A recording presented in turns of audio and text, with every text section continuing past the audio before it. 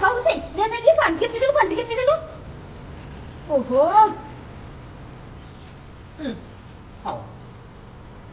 ଭୋକ ଲାଗିଲାଣି। ମା ଭୋକ ଲାଗିଛି ମୁଁ ଜାଣିଛି ମୋ ଝିଅକୁ ଭୋକ କଲାଣି ନେଲୁ ସେ ଖଣ୍ଡେ ଖାଇଦେଲୁ। ଦେ ଦେ ଦେ ଭୋକ ଲାଗୁଛି କହିବା ପୂର୍ବରୁ ମା ମତେ ଖାଇବା ଆଣିକି ଧରେଇଦେଲା। ହେଲେ ତାକୁ ତ ଭୋକ ଲାଗୁଥିବ, ସିଏ ତ ଖାଇ ନଥିବ। ଆଲୋ ମା ମତେ ଶୋଷ କଲେ ପାଣି ଦେଇ ଦଉଛୁ, ଭୋକ କଲେ ଖାଇବାକୁ ଦେଇ ଦଉଛୁ। ଆଚ୍ଛା କହିଲୁ ତୁ ଖାଇଛୁ ନା ନାଇଁ? ଆଲୋ ମା ମୋ ଖାଇକି କଣ ଅଛି? ଛୁଆ ମାନେ ଖାଇଲେ ପରା ମା ମାନଙ୍କ ପେଟ ପୁରିଯାଏ। ସେ ଗପନା ହେଲା, ତୁ ଖଣ୍ଡେ ଖାଇଲୁ। ତୁ ଜାଣିନୁ ବୋଧେ ମା ମାନେ ଖାଇଲେ ଛୁଆ ମାନଙ୍କ ପେଟ ବି ପୁରିଯାଏ।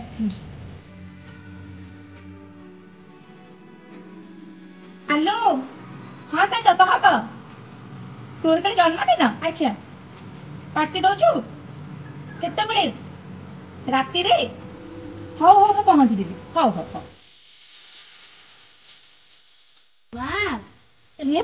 ରଖିଲୁ ଆଲୋ କଣ ହବ? ସାଙ୍ଗର ପରା କଣ ପାଟେ ଅଛି, ପଇସା ଖର୍ଚ୍ଚ ହବ ନାଇଁ? ଦରକାର ହବ ନା ନୁହଁ? ଆଲୋ ମା ସେଟା ପାର୍ଟ ନୁହଁ ପାର୍ଟି। ମୋ ସାଙ୍ଗର କାଲି ଜନ୍ମଦିନ ପାର୍ଟି ଅଛି ହେଲା। ଆଚ୍ଛା ଯା ହଉ ତୁ ନେଲୁ 500 ଟଙ୍କା ରଖିଲୁ। ସତରେ ମାଆକୁ ଛାଟିଦେଲେ ଆମମାନଙ୍କ ମନ କଥା ଆଉ କେହି ବୁଝିପାରିବେନି।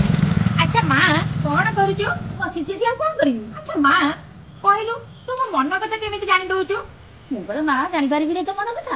ହଁ ବା ମା ଜୀବନରେ ଯେତେ କଷ୍ଟ ଆସୁ ଏଇ ତ କୋଳରେ ଟିକେ ମୁଣ୍ଡ ଦେଇକି ଶୋଇ ପଇଲେ ସବୁ କଷ୍ଟ କାହିଁକି ଦୂର ହେଇଯାଏ। ଦୁନିଆରେ ଆମେ କେତେ ଲୋକଙ୍କୁ ଭେଟୁ କିନ୍ତୁ ତାଙ୍କ ମାନଙ୍କୁ ମନ କଥା କହିଲେ ମନ ଜମା ବୁଝେନି, କିନ୍ତୁ ମା ମାନଙ୍କୁ କହିଲେ ମନ ହାଲକା ହୁଏ, ମନ ବୁଝେ। ସତରେ ମା ତମ ମାନଙ୍କ ଜାଗା ଦୁନିଆରେ କେହି ନେଇପାରିବେନି।